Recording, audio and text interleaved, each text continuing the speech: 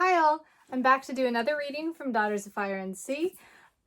Today I think that I will not go very long, so I guess we'll see how long the chapter is, because I am currently writing the third book in the trilogy and today's writing session is going really well, so I want to get back to it.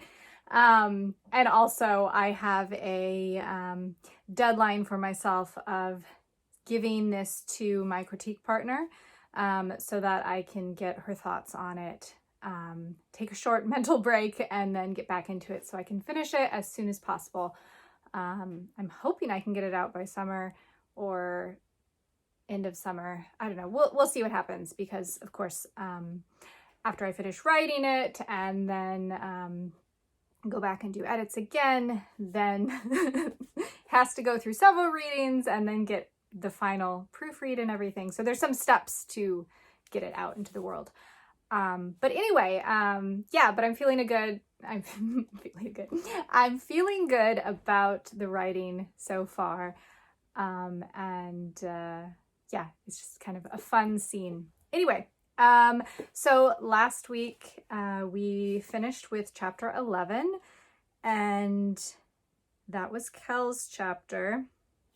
So now we are chapter 12, and they're on the Tainted Shore in Fenda, and they're staying at Mira's house. Oh yeah, that means I'm gonna have to do that voice again today. We'll see how it goes. Okay, all right. Daughters of Fire and Sea, chapter 12, Lyric. Lyric woke to the familiar sounds of someone preparing for the day. Was she back home? Mama? She asked, blinking groggily at the woman standing in front of the stove.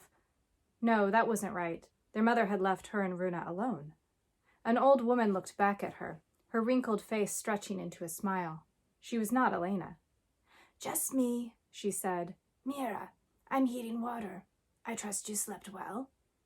Lyric blinked. Yes, she said, remembering the evening before. She'd lay down beside her sister, said goodnight to Kel, and then... Runa groaned and abruptly sat up, her eyes snapping open. Her red hair was tangled from sleep, and as she swiftly eyed the room, she tugged at it with an irritated look. Fenda, she pronounced. The house. Mira chuckled and turned back to the pot of water. Here, Lyric said, smiling. She turned Runa with a touch to her shoulder and began untangling her sister's hair with gentle fingers. Glancing backward as she combed the knots from Runa's hair, Lyric saw both Kel and their mother were awake and gathering up their cloaks. Neither looked rested.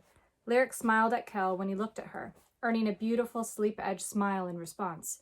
His hair was rumpled and stuck out on one side, and she grinned as he attempted to smooth it back down. Ow, Runa complained. Oh, sorry. Lyric looked back at her hands and Runa's hair. It's fine, Runa said, pulling away. Now you, unless you're hoping to attract a family of birds. Lyric stuck out her tongue and turned around. She winced as Runa plaited her hair. Her sister wasn't very gentle, but it only took her a few minutes to weave Lyric's hair into 2 fishtail braids. Flipping the ends over Lyric's shoulders, Runa stood and grabbed her cloak off the floor. Lyric followed her, and together with Kel and Elena, they moved the table and benches back to the center of the room, then refilled their water skins at Mira's barrel. I have tea, biscuits, and gull meat, Mira said, setting the table. I'm sorry, it's simple. I'm nearly out of flour, and I ate the rest of my tubers the day before you arrived. We don't want to clear you out, Lyric said, feeling guilty. We have some dried fish that we caught farther south where the water is clean. Oh, don't worry about me. Mira smiled. Your company means a lot to this lonely old woman. Keep the meat for your travels. Unless you catch a gull, it's the only food you'll have. You'll be on your own until Laverne if Ben isn't home. Lyric nodded and sat down at the table opposite Mira and their mother. Kel, briefly touching her shoulder, sat down on his left and Runa on her right. How do you catch the gulls? Runa asked, immediately reaching for tea. Nets, mostly, Mira said. They sometimes land on my balcony to rest. She grimaced. I feel bad for them, but I have to eat. Have you had any other visitors? Elena asked. Just Ben, Mira said. But that was last winter. Half a year without seeing another person's face? Lyric thought.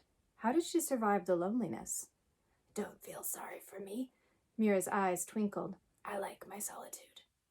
I wish we could bring supplies back to you, Lyric said. She thought about the old woman traveling the shore alone. Mira seemed strong and resourceful, but if anything bad happened, there'd be no one to help her. Mira laughed and flapped a hand in the air. Oh, no. Thank you for the kind proposal, but if you manage to reach Rendishar, I heartily encourage you never to travel this way again. She glanced at Elena. Be more mindful of the caravans you travel with and stick to the northern road on the other side of the waste, or hire a boat. What is the waste? Runa asked. Lyric glanced at Mira, her curiosity piqued. She'd seen a few maps of Aerith back home, but they'd been old and tattered. The information of the lands outside Khalees limited. Mira glanced sharply at their mother, and Lyric remembered the story Elena had told the night before about the caravan. They'd supposedly meant to travel the road. Should they be familiar with the waste? Did Mira now suspect that Elena lied? It's a barren strip of land on the other side of the cliffs, Kel said, his voice distracted. Closer to Olaporia, it turns to forest on the other side of the marshlands, but up here it's just empty land. No one's certain why nothing grows there. At least that's what my father told me. Yes, Mira said, eyes narrowed on Elena. It follows the cliff line up to where Thenda ends and Rendishar begins. I'm guessing it was one reason our ancestors built our cities in the cliffs along the beach and not further inland. Well, that, and that the sea was always plentiful here before the taint. We traveled by boat, Elena said to Mira. The girls haven't seen the road. Her eyes were cautious as she looked at Lyric and Runa. The road separates Thenda and Jaina.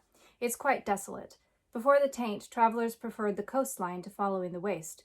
You would have seen it if we hadn't had troubles with the merchant. Yes, Mira said, nodding. This is nothing like back home, Lyric said absently, thinking of the forests and snow-capped mountains surrounding Ele's Hollow. Home? Mira asked. Lyric's heart jumped into her throat and she looked up, her eyes flicking to Elena. Olaporia, Elena said. This is the first time the girls have traveled farther than Sieve. She smiled indulgently. Lyric glanced down at her tea, hoping Mira took the discomfort on her face for embarrassment. She'd never been the best liar. Elena pushed aside her plate and stood up, indicating it was time to leave. Thank you, Mira, for letting us stay the night, she said, and for feeding us. Lyric stood automatically and began to clear the table. Thank you for taking us in, Mira, she said. She smiled at Mira gratefully. Mira nodded. My pleasure. I hope your journey will be safe and swift. Yes, thank you, Mira, Runa echoed, walking to the door to retrieve her pack. Kel gave a Thendon farewell, something about the wind and fat fish, but Lyric was too distracted to pay attention. Following after her sister, Lyric stopped by the door and adjusted her cloak, glancing sideways at Runa. Her sister was frowning, her lips soundlessly moving as if she were having a conversation with the wall. Was Runa talking to Eleonora? About what? Lyric recalled Gandara's tattoos and long white hair. Did Eleonora look similar, or more like Elena and Runa with red hair? Was she old, like Gandara, or had she died young? How did she dress? Gandara's warning about Runa came to Lyric's mind, and she shifted uneasily. Was it possible that Eleanor was telling her sister the same thing, warning her that Lyric could become dangerous? Had she encouraged Runa to distance herself? Were their ancestors, Rendisharn and Sireni as they were, trying to drive a wedge between them? Runa turned, her face irritated, and caught Lyric staring at her. Something dark flashed inside her eyes. Lyric smiled uncertainly, unsure of how to act. Was her sister irritated or angry? She couldn't sense Runa's emotions. A gulf lay open between them, and for one terrifying moment, Lyric thought she'd lost her sister. Terror and grief crashed over her. She was alone. Runa shook her head and scraped her fingers through her hair, tousling the long red strands, then stomped over to Lyric. Are you well? Lyric asked, her heart skipping. She resisted the urge to grab Runa's arm. Yes, I'm fine. Runa smiled, a tight press of the lips that Lyric didn't quite believe, but when she looked into Lyric's eyes, her own softened in a familiar way. Reaching out, Runa squeezed Lyric's shoulder. We'll be fine, Runa said. We'll make it to Rendishar. I'm certain of it.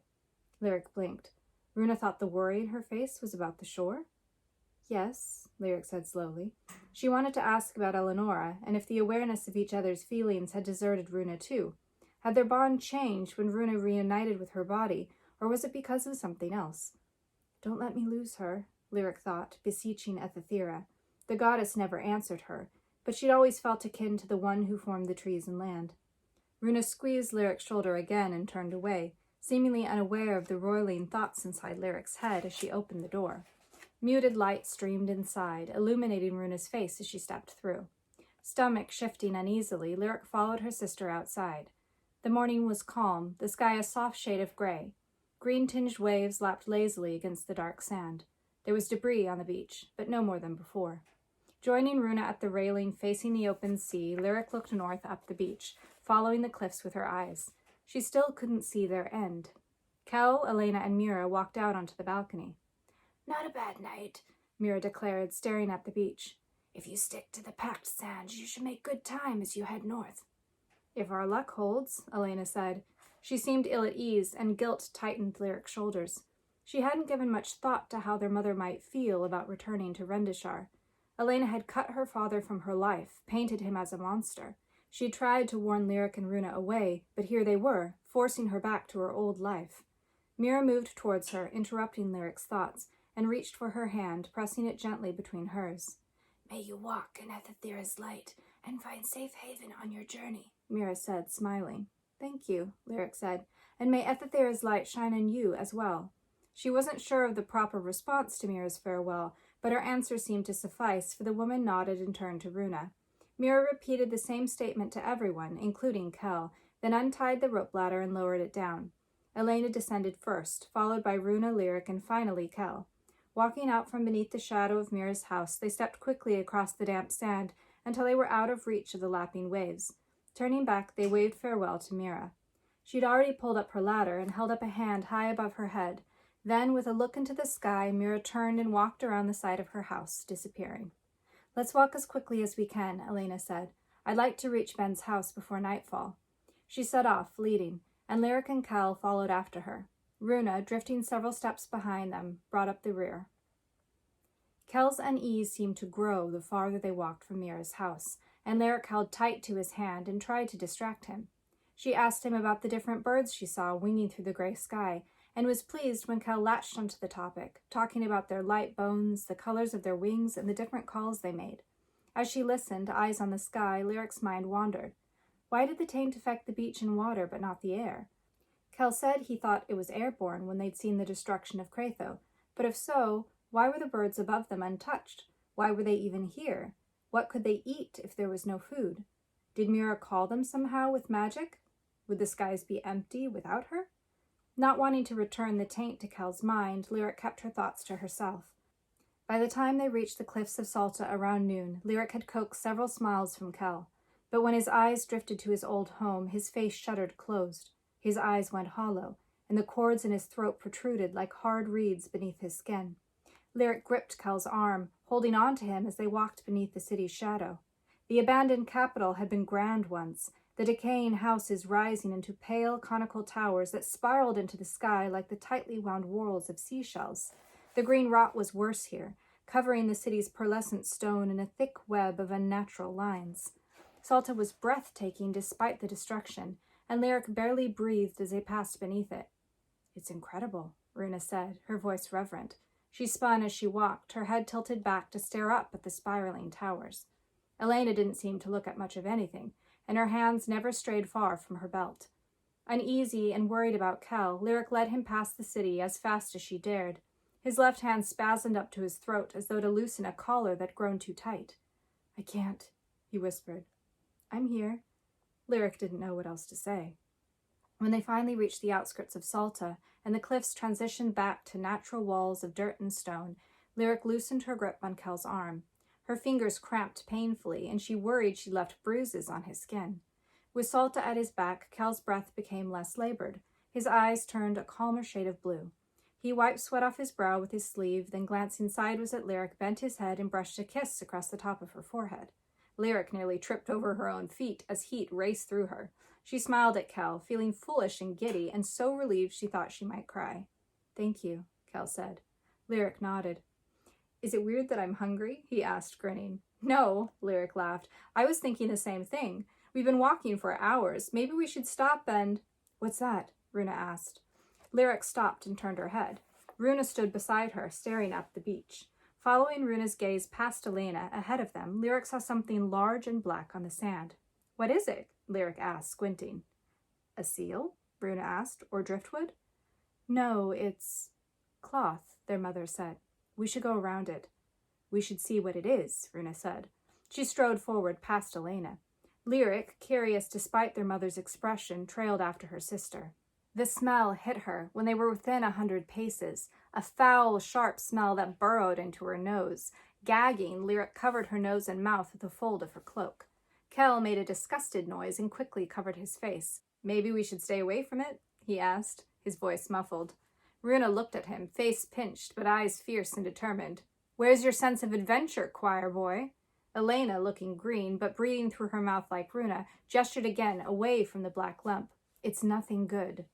I have to know what it is, Runa said stubbornly. She strode directly towards it. Everyone followed. Now, almost atop the thing, Lyric thought it looked like a bundle of black rags with something long and bony jutting out from one side. Perhaps it had been dumped off a ship and affected by the taint in the water.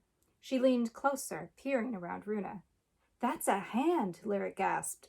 Runa, finally covering her mouth as she bent forward, steadied the hand. The fingers were abnormally long and sharpened into claws. Whatever it is, it's not human, Runa said. Elena, acquiring a stick from somewhere, lifted the tattered rags and uncovered a hairless head turned to the side. The abnormally large eyes, caught in wrinkled folds of skin, were filmy with death. Its features were delicate but twisted, and ridges covered the creature's face. Some of the seams were sharp and bony, and the rest appeared to be hardened flaps of skin like the opening of gills. Female, perhaps, Elena said. It was her teaching voice, analytical and unruffled, one Lyric remembered well from childhood. Lyric felt her unease shift, soothed by their mother's tone, and she leaned over Runa's shoulder to look more closely at the creature. Its mouth, slack and hanging open, was filled with needle-sharp teeth. I think it was human. Lyric frowned and looked at their mother. How is that possible? I think you're right. Elena's eyes filled with sympathy, and she looked at Kel. This may have once been a resident of Salta. Gasping, Lyric straightened and turned to Kel. His face looked strained, and tears glinted in his eyes. He swallowed and pressed a fist to the side of his head, then turned away from them, looking out at the ocean. Lyric hurried towards him and slid her arms around his waist, pressing her cheek against his chest. I'm so sorry, Kel. His heartbeat was loud and quick beneath her ear. Did you know? Lyric asked. No. Kel's arms moved around her back, holding her tightly. I knew about the creatures, but I thought they were animals. Had been animals. How did this happen? Runa asked. You said the tank kills things, destroys. It doesn't transform, not like this. I don't know, Elena said. I wish I did. My father must know about this. Lyric shifted in Kel's arms so she could look at their mother. You think he did this? She asked, incredulously. I don't know, Elena growled. Her face darkened with a mix of frustration and fury. We'll get answers, I promise you that. Her fierce gold-green eyes shifted to Kel's back, still turned away. We'll hold him accountable, Kel, I swear it. Lyric stared at their mother, unsure of what to say, what to feel. Could King Ricarn truly be responsible for this tragedy? Had what happened been an accident or something planned, expected? Was her grandfather a monster? We need to keep moving, Kel said, his voice tight. We can't be out in the dark. Yes, Elena agreed. She stood, gripping the stick in her hand like a sword, then dropped it onto the sand. Her face smoothed, the anger tucked back deep inside her. Come, Runa. We've wasted enough time here already. Chapter 13. Lyric. Night fell faster than Lyric expected, the sun disappearing into a dark mass of angry clouds. The wind lashed at her face and cloak, simultaneously trying to rip it away from her fingers and send her lurching across the sand. Her braids had all but unraveled, her hair flailing around her face and getting into her eyes and mouth. The waves crashed large and angry against the beach, drowning out any attempts at conversation. Lyric worried that the wind was blowing tainted water into their faces. Could that kill them? Could the drops of water turn them into the twisted creature they found on the sand? Memories of its teeth and claws filled her mind. Maybe she was already transforming. Nervously, Lyric squinted into the gathering darkness. They needed shelter. Where was Ben's house? They'd found nothing since leaving Salta, the beach stretching empty ahead of them save for scattered detritus, foul and green, that they could barely see to avoid. The wall of cliffs to the west offered no protection, and somehow intensified the wind whenever they drifted towards them to get away from the waves.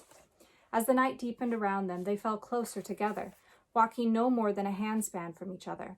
Elena, scavenging through a clump of driftwood untouched by the taint, fashioned torches and passed them around, using flint and steel from her pack to light them. They held their torches high, but the spitting flames were too weak to chase away the shadows. Sounds became amplified and full of menace. Lyric shrieked when a piece of wood cracked loudly beneath someone's foot. Heart still thudding in her chest, Lyric felt the hair rise on the back of her neck. "Did you hear that?" she asked, raising her torch and staring at the waves. She grabbed Kel, pulling him against her, finding comfort in the solidness of him against her side. Something moaned in the darkness. "There!" Runa hissed, pointing up the beach. Dark shapes were flying towards them, nearly invisible in the night. Runa held up a hand, and a tiny flame flickered above her palm. "No!" Lyric yelled, but Runa had already thrown the ball of flame. It soared through the air, arcing up and then exploding as it hit the ground.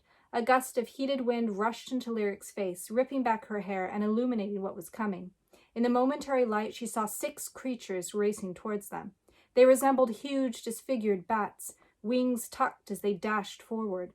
The creatures shrieked as the remnants of Runa's magic washed over them, their skin rippling and glowing. Instead of slowing down, the displaced magic infused them with energy.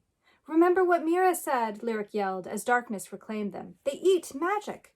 Runa glanced back, her hair blowing across her face, teeth gritted in frustration. Crouching, she clawed at the ground and scooped up several stones into her hand. She turned and, holding her torch high, began to sling the rocks, one after the other. Lyric dropped Kel's arm and raised her torch like a club, ready to hit anything that got close. "Run!" Elena yelled, brandishing her torch. "Hoods up! Stay together!" The creatures descended. Lyric raised her arm, trying to shield her head as the monsters twisted overhead. Terrified, she could feel the weight of them as they darted above her, their shrieking hurting her ears. A claw struck her arm and cut through the hood of her cloak. She screamed, waving her torch. "Keep moving," Lyric told herself. "Don't stop." Her foot sank into the sand, and Lyric stumbled, nearly falling onto her face. She scrambled forward around a mess of algae, her eyes finding Elena and Runa's feet. They were still ahead of her running. She couldn't lose sight of them. Lyric heard her torch sputter as she blindly flailed it around her head. She prayed the thud of torch against flesh was a creature and not Kel beside her. Blood dripped into Lyric's eyes and down her arms, more splattering across the sand ahead of her. "Kel," Lyric gasped, worried she'd receive no answer. All she could hear were her own terrified pants and the creatures shrieking. "I'm here," Kel called. His voice was breathless and pained, but he was still alive. He gasped suddenly, an agonized sound, and Lyric snapped her head up, staring sideways. She saw Kel pause, his back arching, his face exposed to the sky. Then he crumpled forward, shielding himself, stumbling on. "Kel," Lyric gasped, reaching for him. "Keep going." Kel grabbed her hand and pulled her forward. Lyric stumbled, holding tight to his hand. A creature dove towards her, needled mouth opening, and she swung her torch up hard. Heat seared down her arm. She was bleeding again. "They'll kill us," Lyric yelled. Her hood flew back onto her shoulders, exposing her head. Elena glanced back, eyes huge in the sputtering torchlight. Blood dripped down her face from a gash on her scalp. She looked at Lyric, meeting her terror-filled eyes, then at Runa. Runa was spinning, teeth bared like a cornered animal, her torch knocking one of the creatures away with a powerful backhanded hit. Sparks flew, and she whirled it back up. Elena met Lyric's eyes one more time, then threw up her hands, screaming out a spell. Her words ignited every torch they held, sending the flames up and out. Fire exploded around them in a shell of flame. Lyric gasped as heat washed over her, scorching her skin. The beach was bright, illuminated by the sudden red-orange light. Caught by the eruption of fire, the creatures ignited. They shrieked, spinning and flapping like burning cloth in the wind. One by one they dropped to the ground, their death screams cutting off as the fire claimed them. Flames still falling, Lyric saw a large shape swoop down beneath the spreading fire. "Mama!" she screamed. The creature's claws ripped open the side of Elena's throat, and it drove her toward the ground. It gnawed at her neck, blood spurting over its jaw as its hands gripped her shoulders. Elena screamed, but the sound was quickly cut off, reduced to a horrible gurgle. Lyric ran forward, raising her arms. Sprinting from the side, Runa slammed her torch into the creature, knocking it away. It reared, eyes bulging, its mouth wet with their mother's blood. Released from its claws, Elena hit the sand. Her torch rolled from her fingers, and she clutched at her neck. Lyric screamed the word for wind, releasing a gust that sent the creature tumbling back into the falling flames. She felt a peculiar tug in her chest, pulling her towards it. Then the monster hit the fire. The burning creature screamed and died. Shoving her torch at Kel, Lyric dropped to her knees beside Elena. She tore through her pack, searching for something to bandage their mother's throat, but there was nothing. Thinking quickly, Lyric ripped a strip of cloth from her skirt's hem and wrapped it around Elena's neck. She had to stop the bleeding. The cloth darkened beneath her fingers, and she pressed her hand against their mother's throat. "Are they dead?" Lyric asked, looking at Runa, who'd kneeled beside her. Her sister nodded, her face white. "I think so, but there might be more. We need to hide."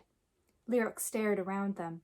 The fallen creatures were burning on the ground like campfires, sputtering and dying on the sand. "We have to get Mama to a healer. I don't have supplies, and this may be beyond my skills."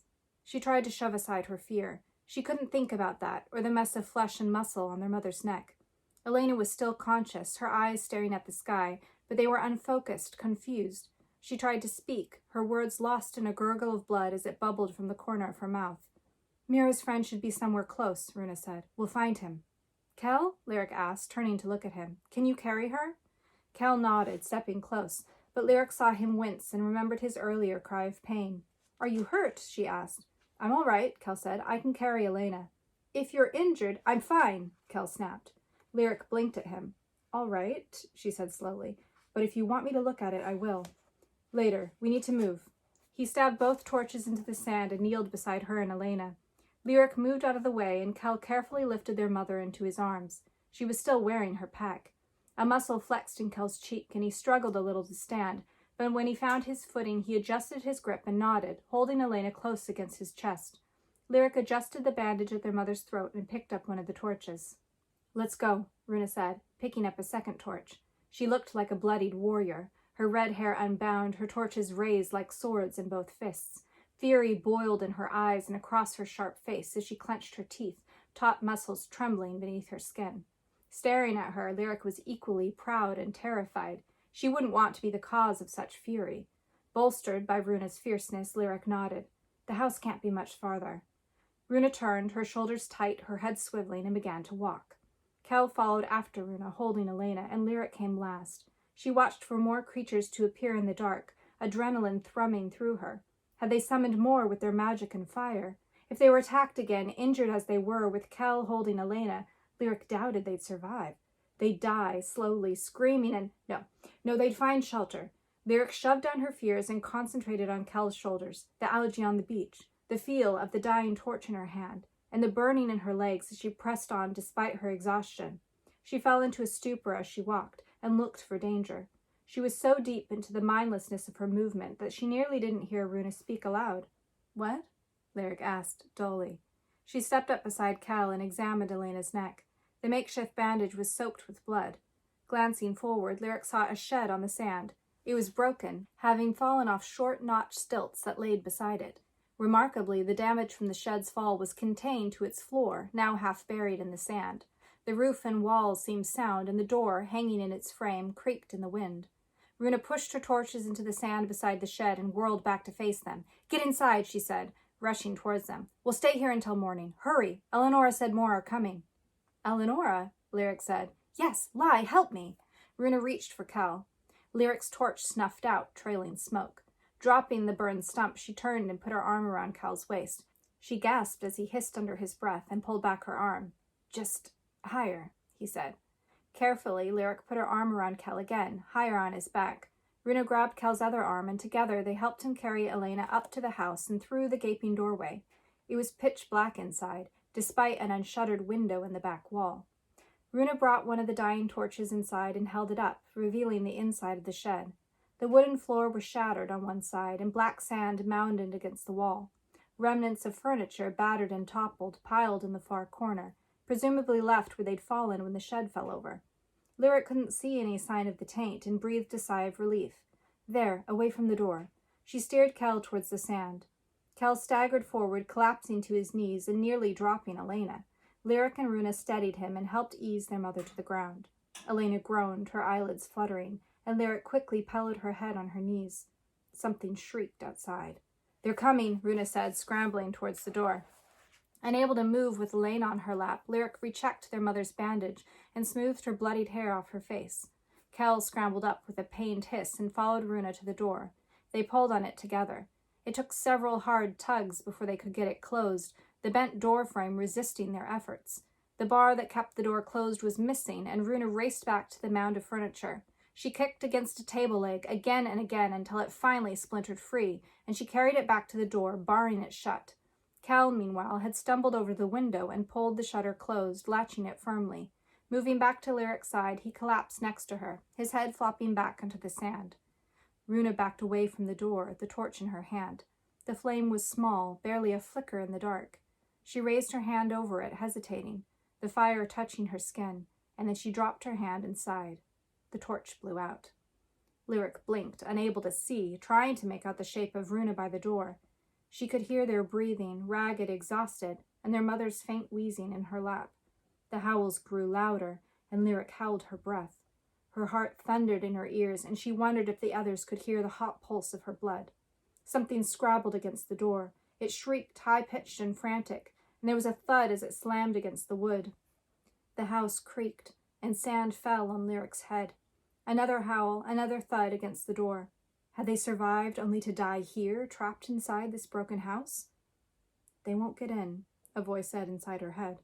Lyric gasped, her fingers tightening in their mother's hair. "Gandara?" she whispered. She willed her heart back into her chest. She felt the ancestor's presence shift inside her head and somehow knew she nodded. Lyric winced as the scratching sound came closer on the wall beside her.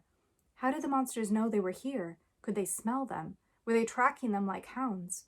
"What do we do?" Lyric whispered. "Lyric?" Cal asked softly from the dark. Lyric ignored him, listening for Gandara's words. "Wait," Gandara said. "You can't use magic. They'll leave when morning comes." "Will my mother survive?" Lyric tightened her grip on Elena's head and shoulders, pulling her against her stomach like she was holding a child. "I just got her back. I can't lose her again." "Perhaps," Gandara said. "She's strong." The old woman seemed displeased when thinking about Elena, and Lyric frowned, trying to separate the vague unease from her own worry. "How can I help her?" Lyric asked. Her ancestor's presence wavered, slipping away. "Gandara? How can I help her? Gandara?" "Lyric?" Runa asked, squatting down somewhere in front of her. "Gandara came to you?" "She said to wait," Lyric said dully. "Nothing else we can do," Runa said. "Try to sleep. Rest while we can. Kel's passed out." "Is he breathing?" Lyric asked with alarm, thinking of his injury. What if he'd lied and bled to death beside her? "Yes," Runa said. "I think he's just exhausted." "But Mama, you can't do anything for her now." Runa rested her hand on Lyric's, making her jump. "We'll leave as soon as it's light. We can't be more than half a day from Avern. There'll be a healer there. Mother won't die, Lyric, she won't." A creature wailed outside. "How can you sleep with them screaming like that?" Lyric asked, looking fearfully in the direction of the door. "They won't get in," Runa said stubbornly. "And if they do, there's not much we can do anyway." She sat on Lyric's left and leaned against the sand, resting the dun torch on her knee. "Rest as much as you can. We can't carry Mother if we're too exhausted to move. We'll be fine, Lai." Lyric closed her eyes, feeling Runa's presence strong and familiar beside her. And I think we are going to end there, even though it's a bit of a exciting ending. Yeah. So, yeah, we will have to find out next week, or as always, if you're impatient with the pace, you can go read the ebook or something and find out what's going on. Thank you for coming and listening, and I hope you're enjoying the story, and I hope that you have an awesome weekend, whatever you may be doing, and I am going to continue writing the final book so we can finish this trilogy. But yeah, so anyway, thanks for being here, and I will see you next week. All right, bye.